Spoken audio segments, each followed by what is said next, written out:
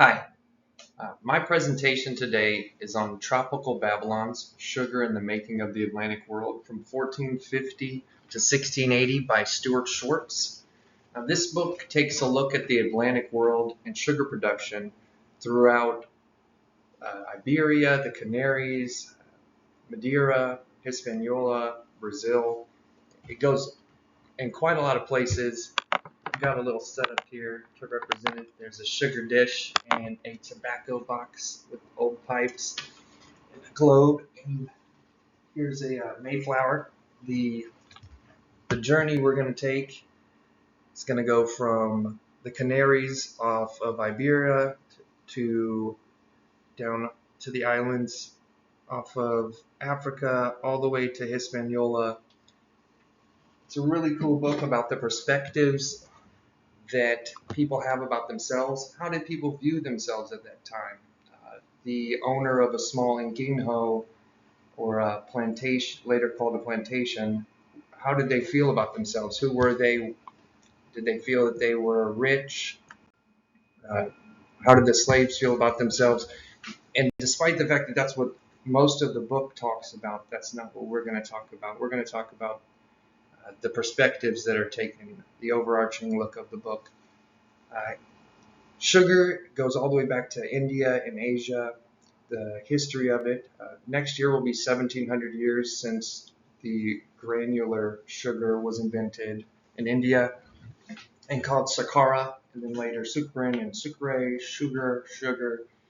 Uh, has a long history. It's been everywhere. There's several more countries I didn't list, like Germany, Zucker, and Italy, but it has a huge history. The book goes through all kinds of neat things about candy, cakes, confectionaries, the invention of Dutch letters that you can experience in Iowa at several Dutch bakeries. Uh, but the author himself has a long history. Wow, 56 years as a professor, 28 years at the University of Michigan, and 28 years at the Yale at Yale University. He just retired in April. He has won several awards. He graduated from Columbia in New York. He's married to a professor from Yale. He's really just, his whole life is about Latin American history, Brazil. This is all he's done. It has to be one of the best sources ever. I skipped. The president of Yale said he was one of the best in the world. The thesis of the book, Schwartz is going to challenge the Williams thesis. He wants to get a better, nuanced view of history, saying that Williams' thesis is looking backwards in time, sort of a pseudo-historical perspective. In some places, it overgeneralizes and doesn't really get down to the bottom of things. He's going to use staple theory and try to follow sugar as a commodity and follow the people and their story and see if he can't talk about the subject in a different light that gives a more, like you said, nuanced approach to the subject. Jacob Price, The Atlantic Economy is where the Williams thesis started. I'm sorry, I said it backwards. Jacob Price, The Atlantic Economy is the book that he's using for his source for Atlantic perspective. And Eric Williams, Capitalism and Slavery is where the Williams thesis came from. He breaks out with a lot of great arguments, and one of them is that people just didn't see things the way we see things now, and that we really need to look through their eyes. Neologism, that we're defining everything for them. They had no idea that this was something they did was going to be a huge thing and catch on. And then he gets into things like the plantation and the differences in language and what different words meant. But overall, he's going to take the Circum Atlantic historical perspective and follow people and their perspectives throughout the islands, and from Angola to Brazil to Jamaica. He does use, of course, a lot of cis-Atlantic perspective describing the unique places and their resources, because sugar required a lot of wood to be burned, to be processed.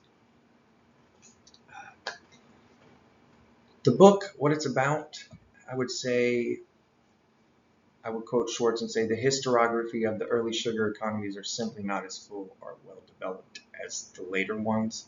He loves Latin American history. He wants to find the more nuanced approach and look at the different perspectives to find it.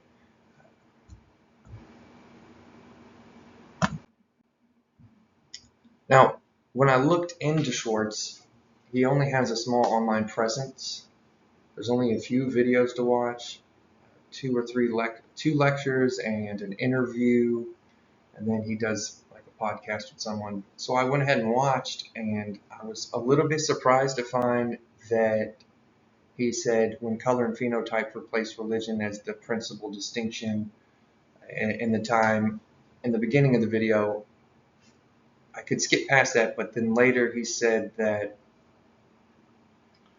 there was a negation of those categories. Like there was a big difference between what he said. He said it's not a term like Blanco or Negro or Indian is what he said, but was in effect a negation of the categories. The mestizo was somehow different. I didn't quite agree with that. I was surprised to see it. And then another lecture that he did, I think this one's at Brown. The history of sugar, the history of slavery, conquest, empire, and settlement all played vital roles in what we might call the creation of plantation America.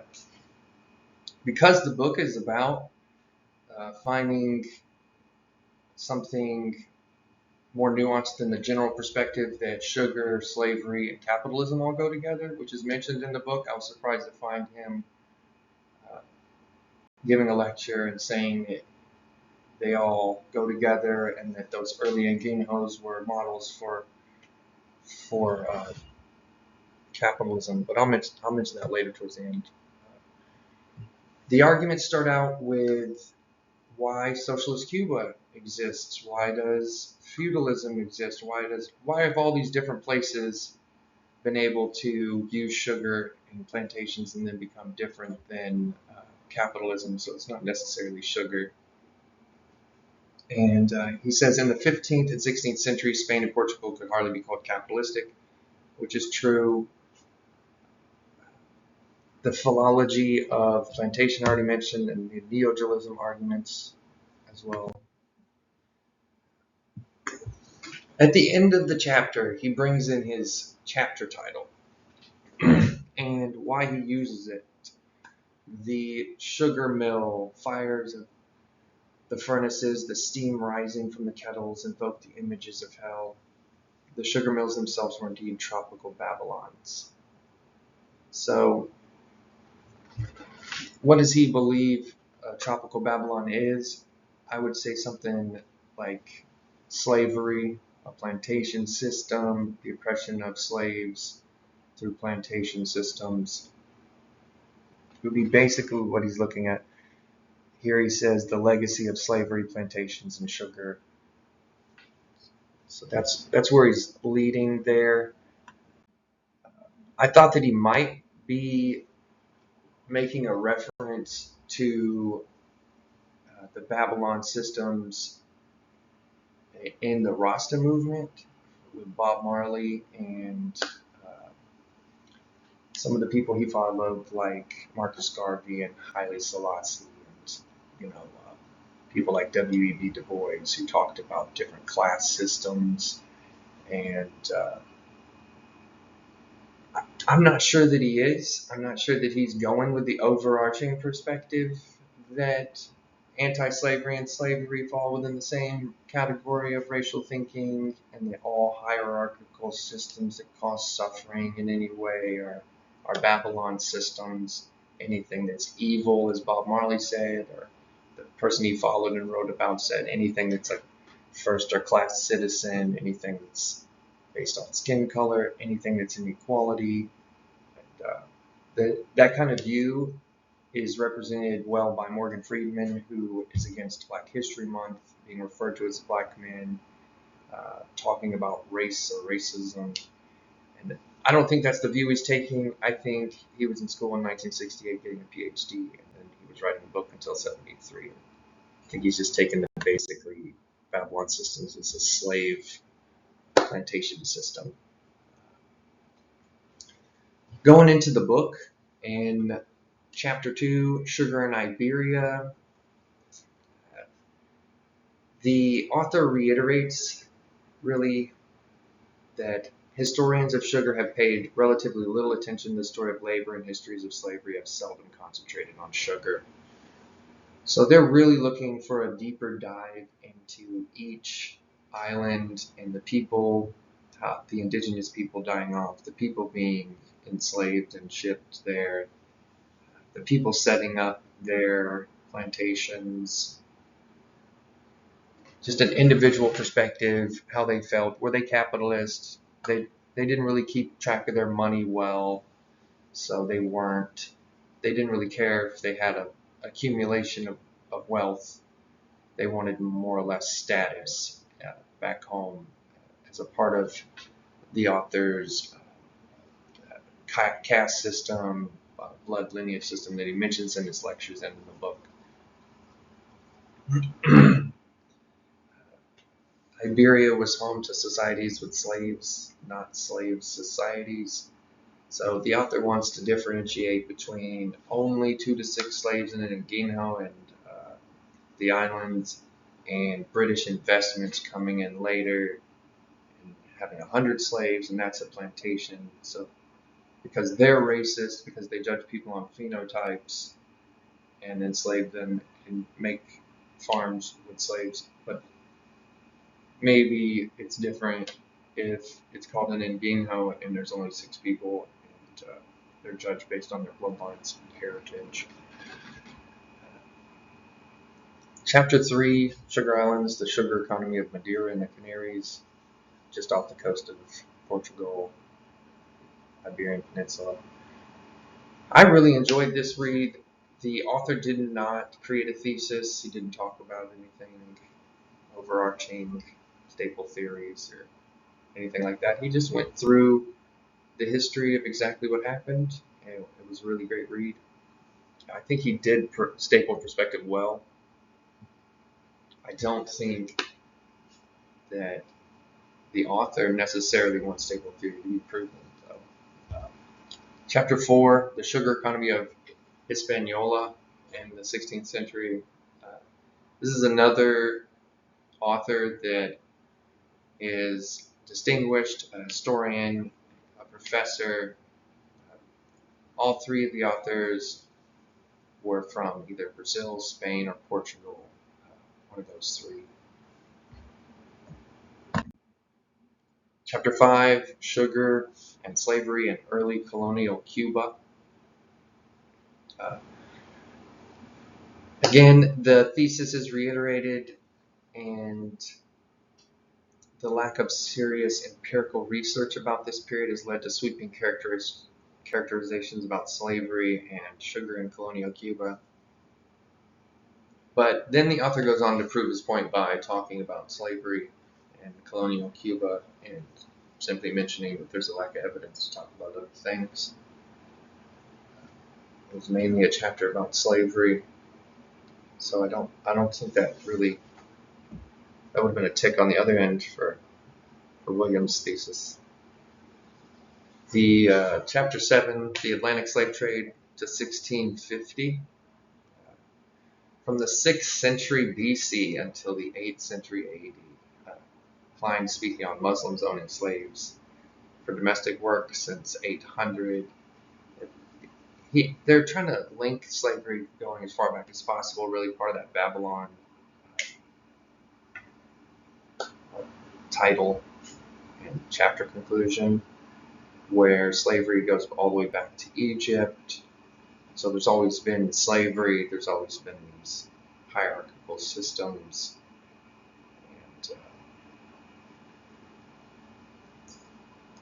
And I don't know that the theory was proven by chapter 7 by trying to, I guess, shift blame away from Latin America towards other cultures, making Latin America more of a stepping stone, or making Portugal more of a stepping stone in the history of slavery than the catalyst to it. The framework of stable theory in Chapter 7 was used, Circum Atlantic perspective was used, but I didn't think that it worked well. Chapter 8, the expansion of sugar market in Western Europe.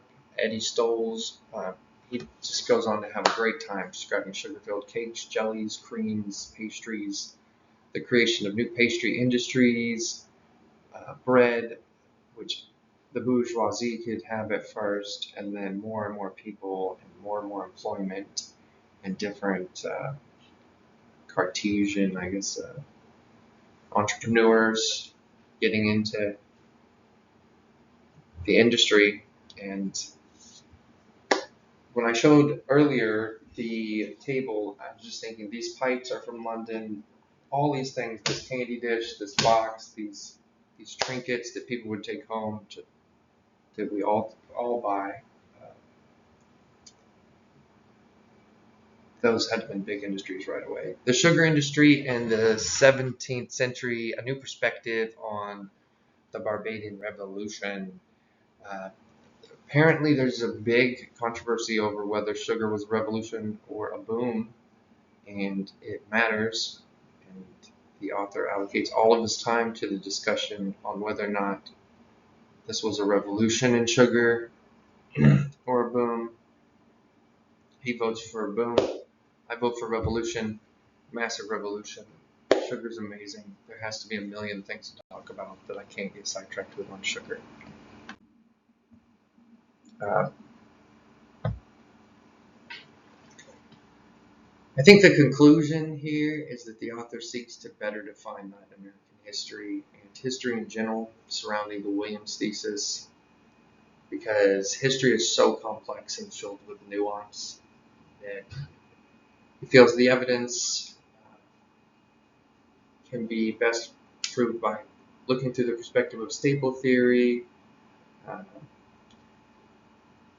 He uses as contributing authors to frame a Circum Atlantic historical perspective.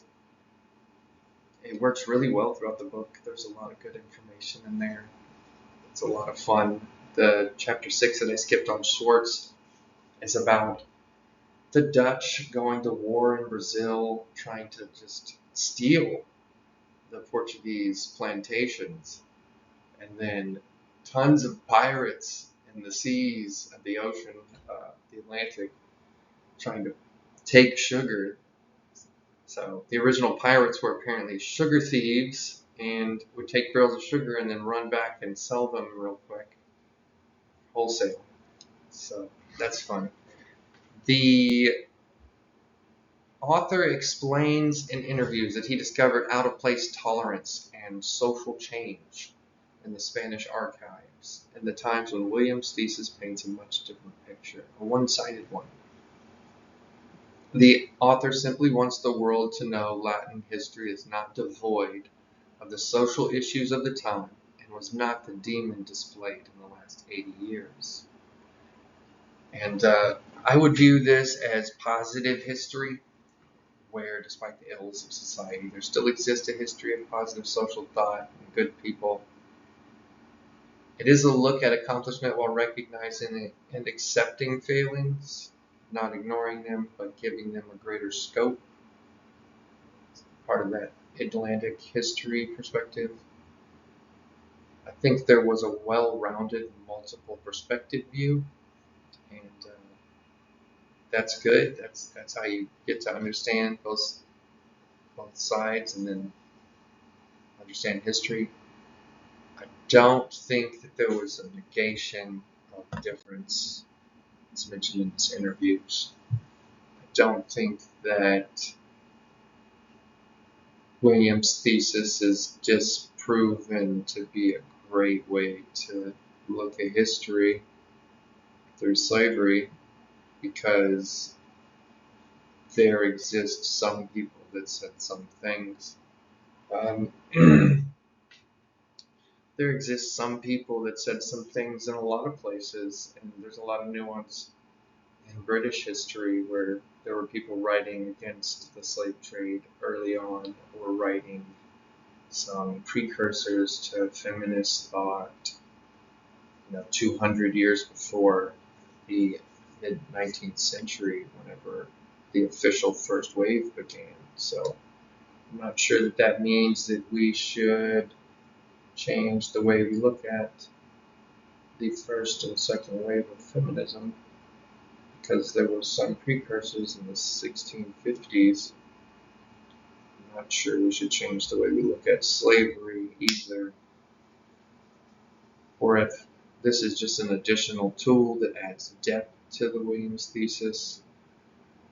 I'm also not sure that Schwartz believes in staple theory or is against the Williams thesis. It doesn't seem like he is. It seems like he made this book as a sort of play in intellectual, just I'll have a go at it. I don't think it's true, so I'll try to prove it as best I can.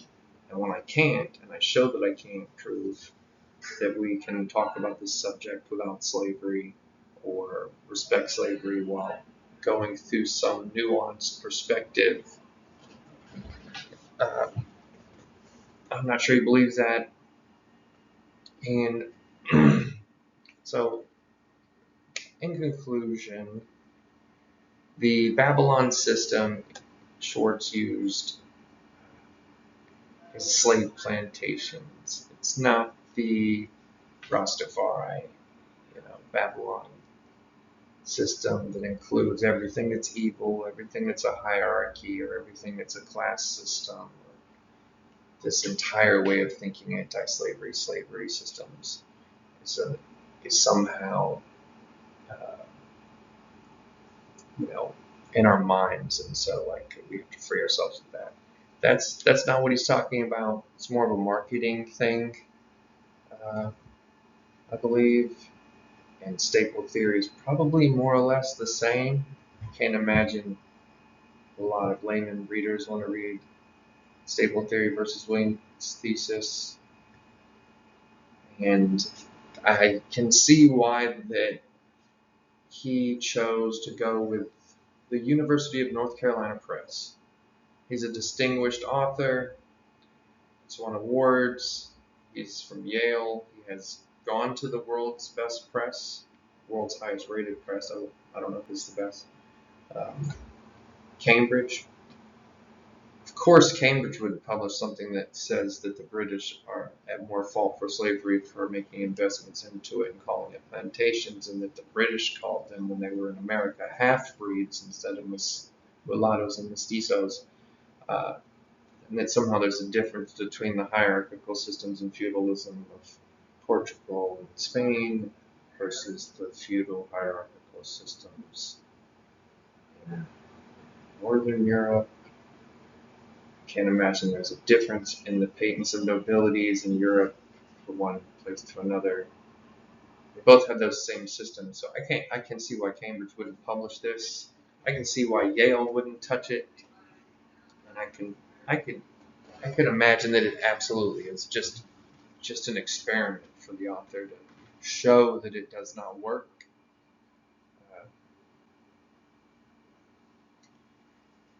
Also, there may be, I'm not sure that there is, but someone might look at it and say, well, the use of the word justification, the use of the word negation in an interview, the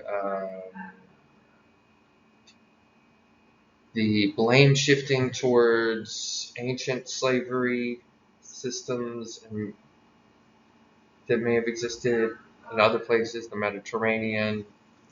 Words like only 2 to 6 slaves, philology arguments and plantation and ginho, the neologism arguments. I can see how someone might add those up and possibly say that the author has a bias towards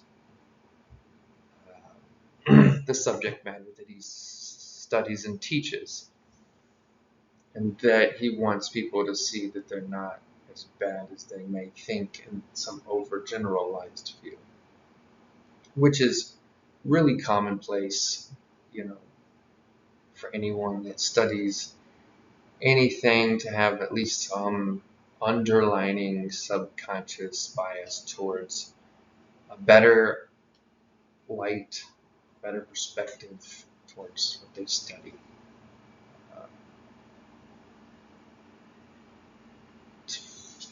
I would say that I would choose to believe that the author's intentions are really good and that his focus is on having, like he said, a more nuanced history and a better understanding and respecting everyone's perspective, slave, indigenous, no matter who they are, more an individualized approach, like I said before, and to really get at the real true history of what people thought of themselves and their own self-image about who they were and who they are, which is really important.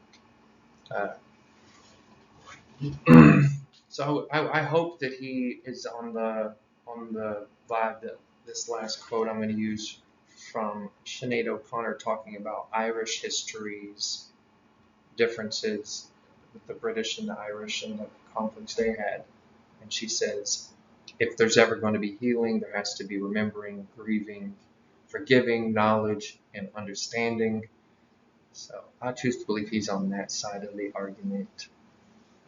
I had a really great time reading this. There's too much information about sugar. There's too much information about pirates and Dutch war and battles and ships and cool things to go through in this. There's far too much nuance, but I think the author did a great job, and he's a really good speaker if you want to watch any of those videos that he's made.